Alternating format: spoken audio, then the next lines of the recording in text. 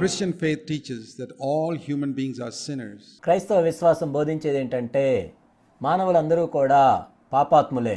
If you come to God, if you come to Jesus as a Christian, your sin cannot be forgiven. నువ్వు క్రైస్తవుడుగా క్రీస్తు దగ్గరికి వచ్చినట్లయితే నీ పాపం ఏమి క్షమించబడదు.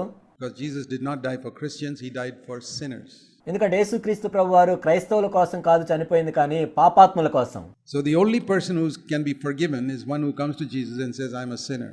కాబట్టి ఎవరు పాపములు క్షమించబడతాయి అంటే ఎవరైతే యేసుక్రీస్తు ప్రభు దగ్గరికి వచ్చి ప్రభువా నేను పాపిని అని ఒప్పుకున్న వాళ్ళ పాపములే క్షమించబడతాయి. Anybody sitting here, you come to Jesus saying, I am a Christian, Jesus will say, I didn't die for Christians. ఇక్కడ కూర్చున్న వారిలో మీలో ఎవరైనా కానీ యేసు ప్రభు దగ్గరికి వచ్చి నేను క్రైస్తవుడిని నా పాపాలు క్షమించమంటే యేసు ప్రభు వారు క్షమించరు. ఆయన పాపాత్ముల కోసం మరణించారు, కానీ క్రైస్తవుల గురించి కాదు. You can't come to Jesus as a Hindu, Muslim, Christian, Buddhist, atheist, nothing. నువ్వు యేసుక్రీస్తు ప్రభు వద్దకు ఒక హిందువుగా, ఒక ముస్లింగా, ఒక క్రైస్తవుడిగా, లేక ఒక బౌద్ధ మతస్థుడిగా, లేక ఒక నాస్తికుడిగా రాలేవు. He said, I came to the world to die for sinners. పాపుల గురించి మరణించటానికే నేను ఈ లోకమునకు వచ్చాను అని ప్రభు చెప్పారు. You come as a sinner, you can be forgiven. నీవు ఒక పాపిగా ప్రభు దగ్గరికి వస్తే అప్పుడు నువ్వు క్షమించబడతావు. You come as a Christian, you will live and die in your sins and go to hell. నువ్వు ఒక క్రైస్తవుడిగా ప్రభు దగ్గరికి వచ్చినట్లయితే నీ పాపముల్లో నీవు జీవించి మరణించి తర్వాత నరకానికి వెళ్తావు. Because that's the punishment. That's the first thing I want to say. ఎందుకంటే అదే పాపానికి శిక్ష. అదే మొట్టమొదటి విషయం నేను చెప్పాలనుకున్నాను. And it's very easy for us to know that we are sinners. మనం పాపాత్ములము అని మనం తెలుసుకోవటం ఎంతో సులభం మనకి. Your conscience, God's given you a conscience. Everybody's got a conscience. దేవుడు నీకు ఒక మనస్సాక్షిని ఇచ్చాడు. ప్రతి ఒక్కరికి కూడా మనస్సాక్షి ఉంటుంది.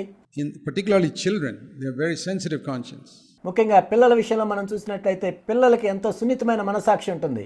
As you grow up, you can kill that conscience with all types of doing wrong things, and when your conscience tells you something, you say, shut up, I'm not going to listen to you, I'm not going to listen to you. నువ్వు వయసులో పెరిగే కొలది కూడా నీ మనస్సాక్షి చెప్పేది నువ్వు వినకుండా దాన్ని చంపేస్తుంటావు. నేను వినను అని దాన్ని చంపేస్తూ ఉంటావు. Ultimately, our conscience is dead, it may stop speaking to you. అంతిమంగా ఏమవుతుందంటే నీ మనస్సాక్షి మరణించి నీతో మాట్లాడటం కూడా మానేస్తుంది. But that doesn't mean you become holy. No. దాని తర్వాత నువ్వు పరిశుద్ధుడు అయ్యావని కాదు. See how little children, if you want to go to a home and find out the truth about something, whom should you ask? Ask the 3-year-old. చూడండి, చిన్నపిల్లలు మనం చూసినట్లయితే ఒక ఇంట్లోకి వెళ్ళి నిజం తెలుసుకోవాలంటే ఎవరిని మనం అడగాలి? 3 సంవత్సరాల బిడ్డను అడగండి. He cannot tell a lie. వాళ్ళు అబద్ధం చెప్పలేరు. You ask the grown-up people with a straight face, they'll tell you a lie. అదే వయసులో పెద్దవాళ్ళని అడిగినట్లయితే నీ ముఖం వైపు చూస్తూనే అబద్ధం చెబుతారు వాళ్ళు. But the 3-year-old will tell you the truth. కానీ ఒక 3 సంవత్సరాల బిడ్డ నిజమే చెప్తాడు. But that 3-year-old, you wait another 15 years, it has become a perfect liar. కానీ ఆ 3 సంవత్సరాల బిడ్డని ఒక 15 సంవత్సరాల తర్వాత నువ్వు ఆగి చూసినట్లయితే ఎంతో పరిపూర్ణమైన అబద్ధికుడిగా మారతాడు. Just like you and me. నీ వలే నా వలే. Because we kill our conscience. We are all born with a very sensitive conscience. ఎందుకంటే మన మనస్సాక్షిని మనం చంపేస్తాం. మనందరం కూడా ఎంతో సున్నితమైన మనస్సాక్షి కలిగి జన్మించాం. Have you seen the feet of a little baby? ఒక చిన్న బిడ్డ యొక్క అరికాళ్ళు, పాదములు మీరు చూసారా? So soft and tender. ఎంత సున్నితంగా ఉంటాయో కదా. But look at your feet now. కానీ ఇప్పుడు మన పాదాలు చూసినట్లయితే that's what happens to our conscience also. Hard. మన మనస్సాక్షి కూడా అదే జరుగుతుంది. ఎంతో కఠినంగా మారిపోతూ ఉంటుంది. The feet of a baby, one small pin, it'll feel it. Our feet, some people so hard, even a drawing pin won't hurt them.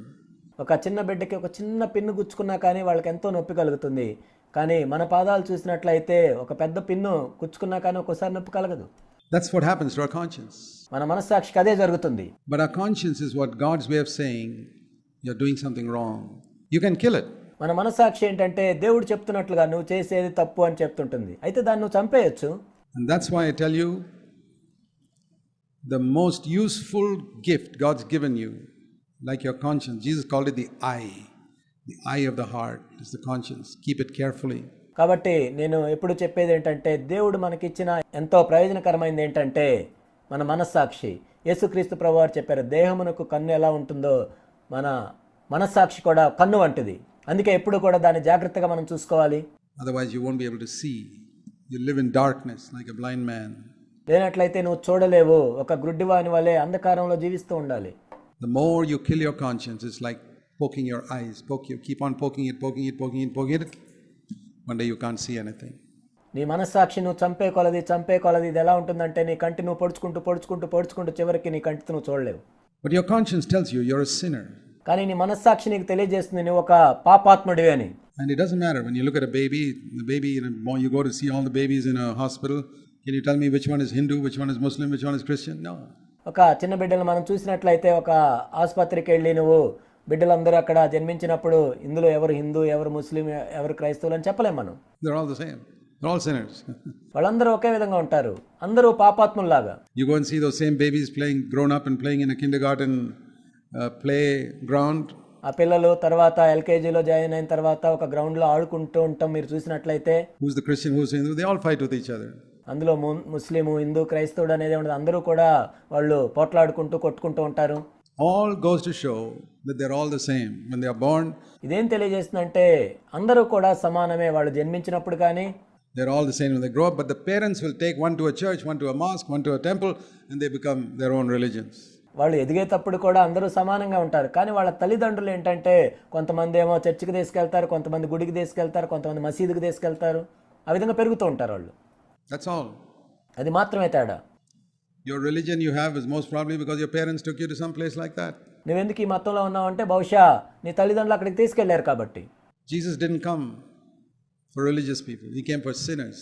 యేసుక్రీస్తు ప్రభువారు మతానుసారుల కోసం రాలేదు, కానీ పాపాత్ముల కోసం ఆయన వచ్చారు. Your conscience tells you you're a sinner. You come to Jesus and say, Lord, I am a sinner. నీ మనస్సాక్షి నువ్వు పాపాత్ముడు అని చెప్తూ ఉన్నప్పుడు నువ్వు యేసు ప్రభు దగ్గరికి వచ్చి, ప్రభువా నేను పాపాత్ముడిని అని ఒప్పుకోవాలి. I've done so many wrong things. Now the next question is, can't God overlook our sins? నేను ఎన్నో తప్పులు చేశాను ప్రభువా, ఎన్నో పాపాలు చేశాను, ప్రభు దగ్గరికి రావాలి. ఇప్పుడు రెండో ప్రశ్న ఏంటంటే, మరి వీటన్నిటిని దేవుడు వదిలిపెట్టలేడా? I mean, won't a good God overlook our sins? Isn't he a father? Like, దేవుడు మంచివాడు కదా, మరి వీటన్నిటిని చూసి చూడనట్టు విడిచిపెట్టలేడా?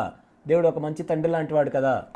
If my son went and bashed up my scooter and blew the whole thing up, and he says, Dad, I'm sorry, can't I forgive him? Oh yeah, of course I can forgive him. For something like that, I can forgive him.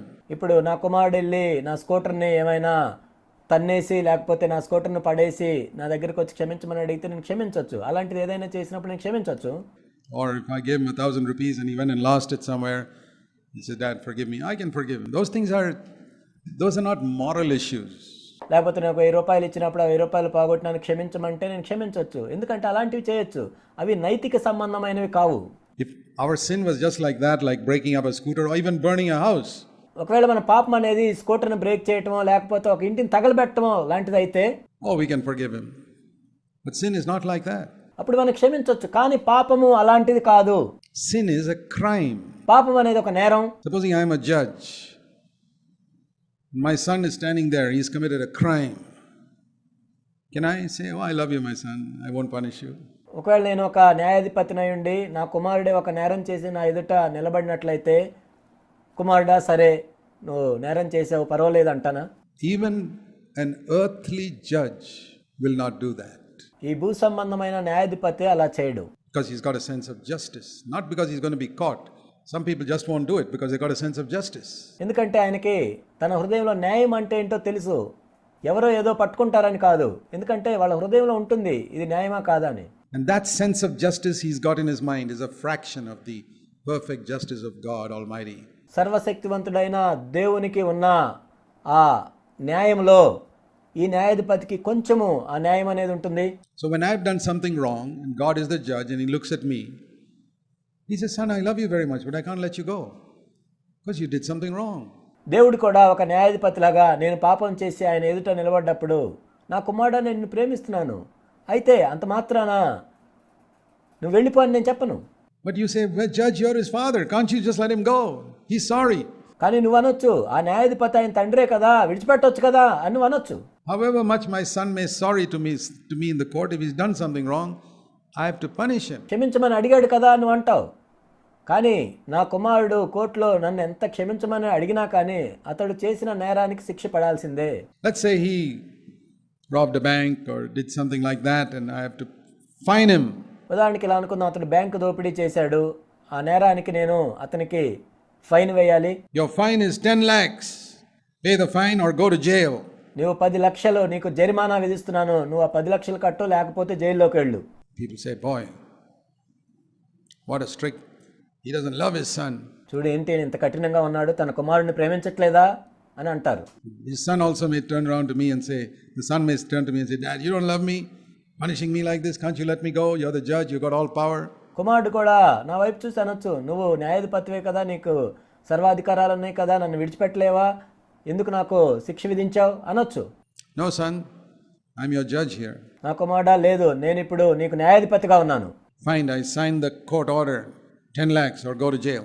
10 లక్షలు నీకు జరిమానా విధిస్తున్నాను, అది కట్టలేనట్లయితే నువ్వు జైలుకు వెళ్ళాలి. And while he's looking sad, it's such a hard judge, I get up from my seat and take off my judge's robes, come down, become an ordinary man again. ఆ కుమారుడు ఎంతో విచారంగా ఉన్నప్పుడు నేను పైకి లేచి ఆ జడ్జి కోర్టుని పక్కన పెట్టి ఒక సామాన్యమైన మానవుడి వల్ల ఇటు వచ్చి Take out my checkbook and write 10 lakhs to my son. Here, go and pay the fine. You're free. నా చెక్ బుక్ తీసుకొని 10 లక్షలు ఇవిగో వెళ్ళి నువ్వు కట్టు, ఇప్పుడు నువ్వు విడుదల పొందొచ్చు. Can anybody in the world accuse me of not doing what is just? ఇప్పుడు నా మీద ఎవరైనా ఆరోపణ చేయొచ్చా నేను న్యాయం జరిగించలేదని? No. I gave him the full penalty of the law. Can he accuse me that I don't love him? No. లేదు, ఎందుకంటే ధర్మశాస్త్రం ప్రకారం ఎంత జరిమానా ఉంటే అంత జరిమానా విధించాను. ఇప్పుడు నా కుమారుడు నేను మంచి తండ్రిగా లేను అని నా మీద నేరారోపణ చేయగలడా? లేదు. I punished him as a judge. I paid the punishment. Maybe I emptied my bank account. నేను ఒక న్యాయాధిపతిగా అతనికి శిక్ష విధించాను, కానీ ఆ శిక్షకు తగిన జరిమానాని నేను చెల్లించాను. నా బ్యాంక్ అకౌంట్లో డబ్బులన్నీ ఖాళీ అయిపోయాయి. Entire 10 lakhs gone to save his life from going to jail.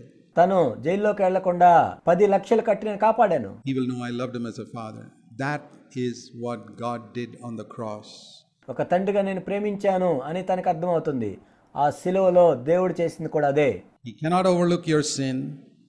He forgives you only because the punishment he says the punishment has to be paid, but I'll pay it myself. ఆయన పాపాన్ని విడిచిపెట్టడు, పాపానికి శిక్ష పడాల్సిందే, కానీ ఆ శిక్షను నేను భరిస్తాను, నేను చెల్లిస్తాను అని దేవుడు అన్నాడు.